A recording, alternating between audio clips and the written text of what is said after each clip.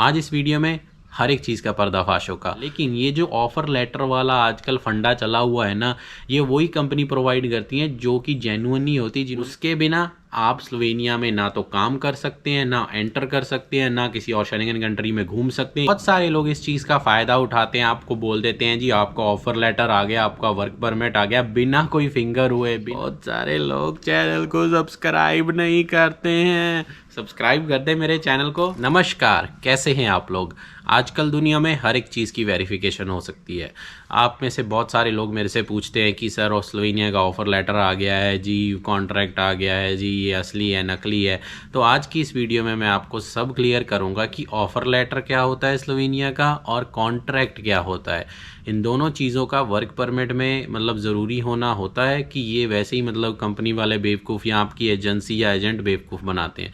आज इस वीडियो में हर एक चीज़ का पर्दाफाश होगा, तो एंड तक बने रहिए। तो चलिए शुरू करते हैं। तो जब भी आप स्लोवेनिया में कोई भी जॉब करने के लिए आते हैं या अप्लाई करते हैं या किसी एजेंसी के पास जाते हैं, कुछ भी होता है, तो सबसे पहला स्टेप यही होता है कि एजेंसी या कंपनी आपसे आपके डॉक्यूमेंटेशन मांगती है कि आप हमें ये डॉक्यूमेंट दो, हमें प्रूव करो कि तो आपका एक्सपीरियंस इस जॉब के लिए सही है नहीं है, इंटरव्यू ये सब होता है। तो उसके बाद जो पहला स्टेप कंपनी की तरफ से आता है, इवन कि वो एजेंट को आ रहा हो, एजेंसी को आ रहा हो या आपको भी डायरेक्टली आ रहा हो, तो वो एक किसी चीज़ का भी आपको जैसे ऑफ़र होता है कि हम आपको ये ऑफ़र मतलब ये जॉब की ऑफ़र देना चाहते हैं। तो इसमें कन्फ्यूजन ये आती है कि कई एजेंसीज़ आप लोगों को वो ऑफ़र लेटर्स देती हैं या कंपनी देती है जिसको आप ऑफ़र लेटर समझते हो, या मतलब मैं तो उसको एक पीस ऑफ पेपर ही बोलूँगा। मेरे लिए कोई ऑफ़र लेटर नहीं है। मैं अभी ये क्लियर कर देता हूँ कि वर्क परमिट में कोई ऑफ़र लेटर वाली चीज़ नहीं होती है।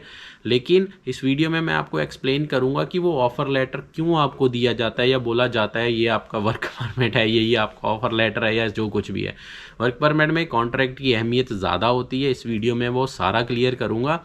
तो जैसे मैंने बोला कि एक ऑफ़र लेटर बनता है, तो देखिए स्लोवेनिया में ऑफ़र लेटर बनाना कोई बड़ी चीज़ नहीं है। आप घर बैठकर भी कोई ना कोई ऑफ़र लेटर बना सकते हैं। कंपनीज़ कोई ऑफ़र लेटर नहीं देती। आजकल ये ट्रेंड चला हुआ है, एजेंसीज़ ने या लोगों ने शुरू किया है कि जब कोई भी उनके पास आता है जी हमारा वर्क परमिट लगा दो, कुछ कर दो, ये कर दो, तो वो क्या करते हैं कि वो कस्टमर को यकीन दिलाने के लिए कुछ ना कुछ देते हैं। तो सबसे पहली चीज़ वो देते हैं वो होता है कि ऑफ़र लेटर। ऑफ़र लेटर वो इसलिए देते हैं ताकि आपको लगे कि हाँ प्रोसेस आपका शुरू हो गया। उसमें कुछ जॉब के बारे में लिखा होता है, सैलरी लिखी होती है, कंट्री के बारे में कुछ लिखा होता है, कुछ भी लिखा हो सकता है जिससे आपको लगे कि हाँ यार मेरा ये शुरू हो गया है।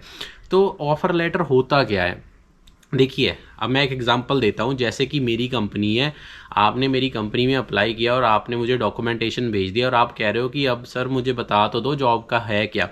तो एक पीस ऑफ पेपर मैं बनाकर आपको भेज देता हूँ जी, ये जॉब होगी, इतने घंटे होगी, इतने पैसे मिलेंगे, यहाँ पर होगी, ये काम होगा, मतलब 3-4 चीज़ें। तो इसको हम ऑफ़र लेटर मान लेते हैं। लेकिन इसके ऑपोजिट जो जेन्युइन कंपनीज़ होती हैं वो इन चीज़ों में नहीं जाती, ठीक है, जो कि मतलब आपको रियली में वर्क देना चाहती हैं, काम पे रखना चाहती हैं और आपके वर्क की वैल्यू करती हैं, वो ऑफ़र लेटर वगैरह बिल्कुल नहीं चाहती हैं। इवन कि वो तो आपको डायरेक्ट कॉन्ट्रैक्ट लेटर ही प्रोवाइड करवाती हैं, कई नहीं करवाती। देखिए जेन्युइन कंपनीज़ में भी दो कैटेगरी होती हैं। कई कंपनीज़ जेन्युइन जो हैं, जो असली हैं, जो कि मतलब रियल हैं, कोई फेक काम नहीं है, वो कई कॉन्ट्रैक्ट्स देती हैं। सेम ही कई जेन्युइन जो रियल हैं वो कॉन्ट्रैक्ट नहीं देती हैं। तो इसमें कन्फ्यूज़न होने की ज़रूरत नहीं है। लेकिन ये जो ऑफ़र लेटर वाला आजकल फंडा चला हुआ है ना, ये वही कंपनी प्रोवाइड करती हैं जो कि जेन्युइन नहीं होती, जिन्होंने सिर्फ आपको अंदर बुलाना होता है, 1-2 हफ्ते काम कराना होता है, फिर बोलना होता है जी आपको काम नहीं आता, आप यहाँ से उधर चले जाओ, आपको हम सैलरी कम देंगे, ये काटेंगे वो काटेंगे। तो ये एक तरह का ट्रैप होता है। तो मैं आपको बताता हूँ अब इसका मतलब डिफरेंस क्या है। ऑफ़र लेटर, अब अगर किसी ने आप में से कभी स्टूडेंट वीज़ा या कभी किसी कॉलेज में भी आपने अप्लाई किया हो, तो कॉलेज लेटर में ऑफ़र लेटर्स मिलते हैं। ऑफ़र लेटर्स क्या होते हैं? ऑफ़र लेटर्स ये होते हैं कि आप कहीं पर स्टडी करना चाहते हो और उस कॉलेज ने आपको ऑफ़र दिया है कि ये हमारा ऑफ़र है, ये हम स्टडी आपको ऑफ़र कर रहे हैं, इसमें इतनी फ़ीस होगी, आप इसको एक्सेप्ट करना चाहते हैं करो। वो हमेशा कंडीशनल होता है। कंडीशनल क्यों होता है? क्योंकि जब तक आप उस स्टडी की फ़ीस नहीं पे करोगे, एडमिशन नहीं करोगे, तब तक वो वैलिड नहीं होगा। तो ये ऑफ़र लेटर का जो सीन है ना, लोगों ने वहाँ से उठाया है और आप लोगों को चिपकाया है कि जी वर्क परमिट में भी ऑफ़र लेटर आता है। मैं आपको एक बात यहाँ पर क्लियर कर देना चाहता हूँ कि स्लोवेनिया में वर्क परमिट जो होता है और जो आपका टीआरसी कार्ड होता है और जो आपका शेंगेन वीज़ा होता है जिसको वर्क परमिट भी कहते हैं, जिसमें आप पूरे यूरोप में घूम फिर सकते हो, काम करते हो सिर्फ स्लोवेनिया में, वो एक ही चीज़ होती है। वो आपका जब एम्बेसी में आपको टीआरसी कार्ड मिलता है वो ही होता है। उसके बिना आप स्लोवेनिया में ना तो काम कर सकते हैं, ना एंटर कर सकते हैं, ना किसी और शेंगेन कंट्री में घूम सकते हैं, इवन कि रह भी नहीं सकते। तो वो होता है आपका work permit. Offer letter work permit नहीं होता, ऑफ़र लेटर आपका वीज़ा नहीं होता, ऑफ़र लेटर आपका टीआरसी नहीं होता, कॉन्ट्रैक्ट आपका वर्क परमिट नहीं है, कॉन्ट्रैक्ट आपका शेंगेन वीज़ा नहीं है, कॉन्ट्रैक्ट आपका टीआरसी नहीं है। तो मैं आपको आज बिल्कुल मतलब साफ शब्दों में ये बता रहा हूँ कि आपका ऑफ़र लेटर वर्क परमिट नहीं है। मतलब इस चीज़ में मत पड़ो। एजेंट बोलता है तो बहुत सारे लोग इस चीज़ का फ़ायदा उठाते हैं, आपको बोल देते हैं जी आपका ऑफ़र लेटर आ गया, आपका वर्क परमिट आ गया, बिना कोई फिंगर हुए, बिना कोई मतलब कोई भी प्रोसेस हुए, और आपको बोल देते हैं जी हमें 2 लाख दे दो, 3 लाख दे दो एडवांस में, ये है वो है, हमने ये कर दिया वो कर दिया।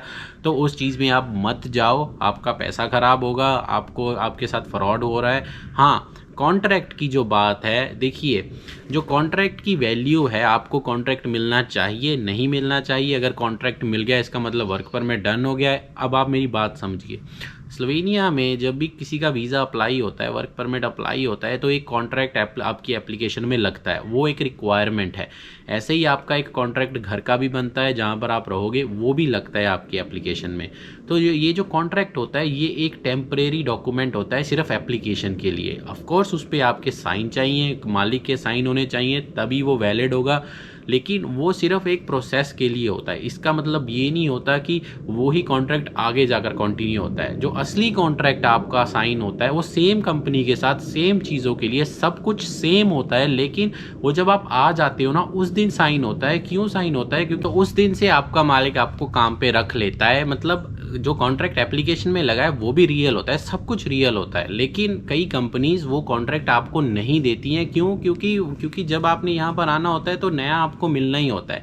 नया मिलने का रीज़न ये होता है कि जो आपका कॉन्ट्रैक्ट ऑलरेडी एप्लीकेशन में लगा हुआ होता है वो ऑलरेडी 3-4 महीने मतलब उसके निकल गए होते हैं। तो कंपनीज हमेशा फ्रेश कॉन्ट्रैक्ट जब आप आते हो वो साइन करवाती हैं आपसे, ताकि उस डेट से लेकर 1 साल तक का आपका उनके साथ कॉन्ट्रैक्ट हो। इसीलिए वर्क परमिट भी 1 साल का बनता है।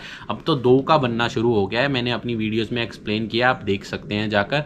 अब बात आती है कि क्या जब कॉन्ट्रैक्ट आपका साइन हो गया या आपकी एजेंसी ने आपको कॉन्ट्रैक्ट दिया है और बोला है जी ये लो आपका कॉन्ट्रैक्ट आ गया और बोला ये वर्क परमिट है, तो क्या वो वर्क परमिट होता है? नहीं। स्लोवेनिया का वर्क परमिट आपको तब तक नहीं मिलता जब तक आपके एम्बेसी में फिंगरप्रिंट्स नहीं होते और आपका टीआरसी नहीं आता। आपका टीआरसी ही आपका वर्क परमिट है। बहुत सारे लोगों को तो ये पता चल चुका है कि वर्क परमिट ही उनका टीआरसी होता है, टीआरसी ही वर्क परमिट होता है। क्यों? क्योंकि आपके उस कार्ड के ऊपर लिखा हुआ होता है सिंगल रेजिडेंस वर्क परमिट। अब आप बोलोगे कि सर अगर वो वर्क परमिट होता है तो हमें एजेंसीज क्यों बोलती हैं? देखिए ये उनका तरीका होता है लोगों का आपको मतलब सेट रखने का, कि आप ज़्यादा इम्पेशेंट ना हो, आप ज़्यादा क्वेश्चन ना पूछो। जब भी कोई कंपनी से डॉक्यूमेंट आया है आपको बोल दो जी ये आपका ये है वो है ये है वो है। तो मैं आपको सिंपली बता रहा हूँ, ऑफ़र लेटर, कॉन्ट्रैक्ट ये आपके वर्क परमिट नहीं होते हैं। हाँ, जो आपका कॉन्ट्रैक्ट होता है उसमें इंफॉर्मेशन दी हुई होती है कि आप कहाँ रहोगे, कितनी सैलरी होगी, कितना मतलब काम, कौन कौन सा काम करोगे, आपकी जॉब डिस्क्रिप्शन होगी, कंपनी के बारे में लिखा हुआ, टर्म एंड कंडीशंस होंगी, इवन के स्लोवेनियन लेबर लॉ के बारे में भी लिखा हुआ, कितनी तारीख को आपको सैलरी मिलेगी, आपके अकाउंट में कितने पैसे आएंगे, मतलब जो आपका ग्रॉस है सैलरी वो कितना होगा, उसमें से ऑफ कोर्स टैक्स वगैरह काटा जाता है, उसकी इन्फॉर्मेशन उसमें होती नहीं है। एक और चीज़, आजकल एक बहुत बड़ा फ्रॉड चला हुआ है, 1 पेज का कॉन्ट्रैक्ट, 2 पेज का कॉन्ट्रैक्ट, इंग्लिश में कॉन्ट्रैक्ट, ये स्लोवेनिया में नहीं होते हैं। ठीक है, मत इसका शिकार बनो। अगर कोई आपको 1 पेज का कॉन्ट्रैक्ट दे रहा है उसमें लिख रहा है 10 यूरो पर घंटा सैलरी होगी, ये होगा वो होगा, एज़ पर लेबर लॉ के हिसाब से होगा, ऐसे कॉन्ट्रैक्ट नहीं बनते स्लोवेनिया में। स्लोवेनियन लैंग्वेज में ही कॉन्ट्रैक्ट बनते हैं और कम से कम 3 से 4 पेज का एक कॉन्ट्रैक्ट होता ही होता है। ये भी एक तरीका होता है इन लोगों का आपको मतलब बहलाना फुसलाना, कि आप बस मतलब शांत रहो कि ये हो गया जी वो हो गया। बट आपको मैं बता रहा हूँ कि मैंने बहुत सारे डॉक्यूमेंट्स देखे हैं लोगों ने, मुझे कईयों ने दुबई से भेजे, नेपाल से भेजे, इंडिया से भेजे हैं कि जी हमारा कॉन्ट्रैक्ट आ गया, चेक कर लो, हमारा वर्क परमिट आ गया। सिर्फ पीस ऑफ पेपर होता है, उसको लोग समझते हैं वर्क परमिट आ गया, ऑफर लेटर आ गया, चेक कर दो, ये कर दो, वो कर दो। फेक होते हैं। स्लोवेनिया देखिए, कंपनी जो जेन्युइन होती है ना, वो हमेशा आपको स्लोवेनियन लैंग्वेज में ही कॉन्ट्रैक्ट भेजेगी। रीज़न क्या है? क्योंकि कंपनीज जो जेन्युइन होती है उनके पास इतना टाइम नहीं होता। वो कहते हैं जो सही है भेज दो, लोग देख लेंगे, ट्रांसलेट कर लेंगे, चेक कर लेंगे, दैट्स इट। किसी कंपनी के पास इतना टाइम नहीं है कि एक स्लोवेनियन लैंग्वेज में कॉन्ट्रैक्ट बनाओ, एक इंग्लिश में बनाओ और आपको इंग्लिश वाला भेजो। क्योंकि आपकी जब एप्लीकेशन में ही स्लोवेनियन लैंग्वेज वाला लगना है तो इंग्लिश वाले की वैल्यू क्या है आप मुझे बता सकते हो। तो अब बात आती है कि क्या आपको कोई पैसे देने चाहिए जब आपका ऑफर लेटर, जो बोला जाता है ऑफर लेटर आ गया है? बिल्कुल नहीं देने चाहिए। मैं तो बोलूँगा आप बचो इससे। ऑफ़र लेटर पे मत पैसे दो। फिंगरप्रिंट्स हो गए हैं तब कुछ मांग रहा है कोई बंदा एजेंसी तब आप उनसे बात कर सकते हो। मैं अभी भी रिकमेंड नहीं करता। अगर आपके बहुत पैसों में डील वगैरह हुई हैं, पैसे दो जब आपका काम हो गया है, ठीक है, सिंपल सी बात है। देखिए खर्चा आता है स्लोवेनिया में डॉक्यूमेंटेशन बनाने का, ये वो करने का, वो डिफरेंट बात है। बट इस चीज़ के ऊपर पैसे लेने की, जी आपको ऑफर लेटर आ गया, यही आपका वर्क परमिट है, आप पैसे दे दो, या कॉन्ट्रैक्ट आ गया, यही आपका वर्क परमिट है, पैसे दे दो, ये बहुत ही गलत बात है। मतलब मैं तो बोलूँगा कि ये तो आपके साथ सरासर धोखा हो रहा है। क्योंकि स्लोवेनिया का जो वर्क परमिट है वो आपको एम्बेसी में से मिलेगा, वही आपका वीज़ा है, वही आपका टीआरसी। मैं बार बार ये रिपीट पता क्यों करता हूँ? क्योंकि बहुत सारे लोगों को अभी भी मतलब पता नहीं लगता, वो अभी भी मतलब शिकार हो जाते हैं इस चीज़ का कि ऑफ़र लेटर आया। मैंने मतलब कल परसों एक लड़के से बात कर रहा था, कह रहा जी मेरा ऑफ़र लेटर आ गया, चेक करो जी, मैंने 3 लाख दे दिए हैं एजेंट को। मतलब मत दीजिए, कोई फ़ायदा नहीं है। क्योंकि अभी आपको ऑफ़र लेटर या कॉन्ट्रैक्ट के, कई लोगों को कन्फ्यूज़न है, कॉन्ट्रैक्ट कोई ऑफ़र लेटर समझ लेते हैं, ऑफ़र लेटर कोई कॉन्ट्रैक्ट समझ लेते हैं, तो इसमें भी मत कन्फ्यूज़ होना। लेकिन जब तक आपका फिंगरप्रिंट्स एम्बेसी में नहीं होता या फिर आपको टीआरसी कार्ड नहीं आ जाता जिसमें कोई वर्क परमिट बोलते हैं, तब तक पैसे देने की ज़्यादा ज़रूरत नहीं है। हाँ, 40-50 हज़ार, 60 हज़ार, 1 लाख के करीब जो खर्चा आता है इनिशियल टाइम पे, कई कंपनीज उठाती हैं, कई कंपनीज नहीं उठाती। जो कंपनीज नहीं उठाती वो आपको बता देती हैं, या आपकी एजेंसी को या जो भी बंदा आपकी हेल्प कर रहा है उसको बता देती हैं। वो खर्चा देना इज़ अ डिफरेंट थिंग। लेकिन ऑफर लेटर के नाम पर, कॉन्ट्रैक्ट के नाम पर खर्चा, पैसे लेने, ये बहुत ही गलत चीज़ है। अब मैं ज़्यादा बात करूंगा कॉन्ट्रैक्ट के ऊपर। ऑफर को निकाल दो अब, क्योंकि ऑफर का मैंने आपको एक्सप्लेन कर दिया, वो एक पीस ऑफ पेपर होता है सिर्फ आपको सेट करने के लिए। कॉन्ट्रैक्ट में जो सैलरी लिखी होती है, क्या उतनी ही अकाउंट में आती है? ये क्वेश्चन सबका आ रहा है। देखिए उतनी सैलरी नहीं आती, हमेशा कॉन्ट्रैक्ट में ग्रॉस सैलरी ही लिखी होती है। अब आप मेरे से पूछोगे कि ग्रॉस सैलरी क्या होती है? देखिए ग्रॉस सैलरी होती है जो आपका अभी उसमें से टैक्स वगैरह, कॉस्ट वगैरह, पेंशन वगैरह नहीं कटी है, जो आपको ओवरऑल मिलेगी। देखिए नॉर्मली अगर कोई बंदा स्लोवेनिया में 1000 यूरो अपने बैंक अकाउंट में सैलरी लेता है ना, सब काट कूट के, इसका मतलब ओरिजिनली उसकी सैलरी 1400 से 1500 यूरो है। क्यों है? क्योंकि जो ये पूरी सैलरी, इवन इंडिया में भी ऐसे ही होता है, तो उसमें लेट्स से किसी की 1500 यूरो सैलरी कॉन्ट्रैक्ट पे लिखी हुई है, तो जब उसको सैलरी आती है तो 1000 यूरो अकाउंट में आती है, तो जो बाकी का 500 यूरो होता है वो इनकम टैक्स में कट गया, पेंशन में कट गया, इंश्योरेंस में कट गया, मतलब ये सब कट जाता है। तो ऐसे ही सैलरी कैलकुलेट होती है। अब बात आती है कि क्या जो कॉन्ट्रैक्ट में लिखा होता है कि हमको 3 महीने प्रोबेशन टाइम पे रखा जाएगा, ट्रायल टाइम पे रखा जाएगा, वो क्या होता है? देखिए स्लोवेनिया में एक लॉ है कि किसी को भी काम पे रखने के लिए, जब आप उसको पहली बार काम पे रखते हैं, उसको आपको एक ट्रायल पीरियड के लिए पहले रखना पड़ता है, जो कॉन्ट्रैक्ट में लिखा होता है। कॉन्ट्रैक्ट 1 साल का ही होता है, लेकिन उस ट्रायल पीरियड में आप अगर जॉब छोड़ देते हो, आपको पसंद नहीं आती, मालिक को काम नहीं आपका पसंद आता, वो आपको निकाल सकता है विदाउट एनी बड़ा रीज़न, ठीक है।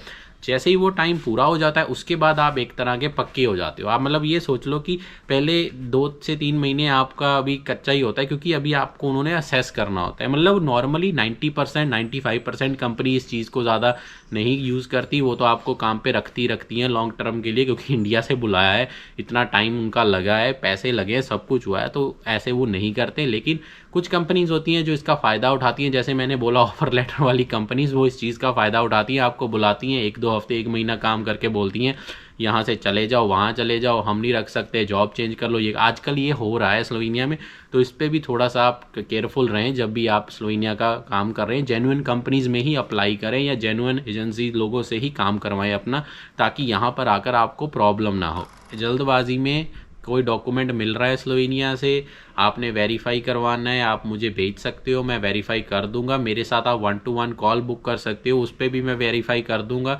आपकी मैं हेल्प कर दूंगा, लेकिन आप प्लीज़ इन चक्करों में मत पड़े, क्योंकि मैं भी थोड़ा सा तंग आ गया हूँ कि ऑफ़र लेटर आ गया जी, वर्क परमिट आ गया जी, अब आगे क्या होगा, ऐसे क्या होगा। वो चीज़ की कोई वैल्यू ही नहीं है। वर्क परमिट आपका जब आपके स्लोवेनियन एम्बेसी में फिंगरप्रिंट्स होंगे, ये फिंगरप्रिंट्स होते हैं जो होंगे, और उसके बाद आपका टीआरसी कार्ड आएगा। तो आई होप आपको ये वीडियो अच्छी लगी हो। मैंने एक्सप्लेन कर दिया कि ऑफ़र लेटर और कॉन्ट्रैक्ट में क्या डिफरेंस होता है, इस मतलब कौन सा जेन्युइन है, कौन सा नहीं जेन्युइन है, ये क्या होता है, क्यों ये होता है, किस लिए होता है। तो आई होप आपको कुछ तो इसका मतलब समझ आया होगा। आई होप आप फ्यूचर में थोड़ा अवेयर रहेंगे और डॉक्यूमेंट्स को अच्छी तरीके से असेस करेंगे। तो बाकी आप वीडियो को लाइक कर दें, शेयर करें और चैनल को सब्सक्राइब करें। बहुत सारे लोग चैनल को सब्सक्राइब नहीं करते हैं, सब्सक्राइब कर दें मेरे चैनल को। तो हम फिर मिलते हैं अगली वीडियो में नए टॉपिक के साथ। आई होप आपको ये हेल्प हुई होगी इस वीडियो से। तो बस इस वीडियो में इतना ही, धन्यवाद।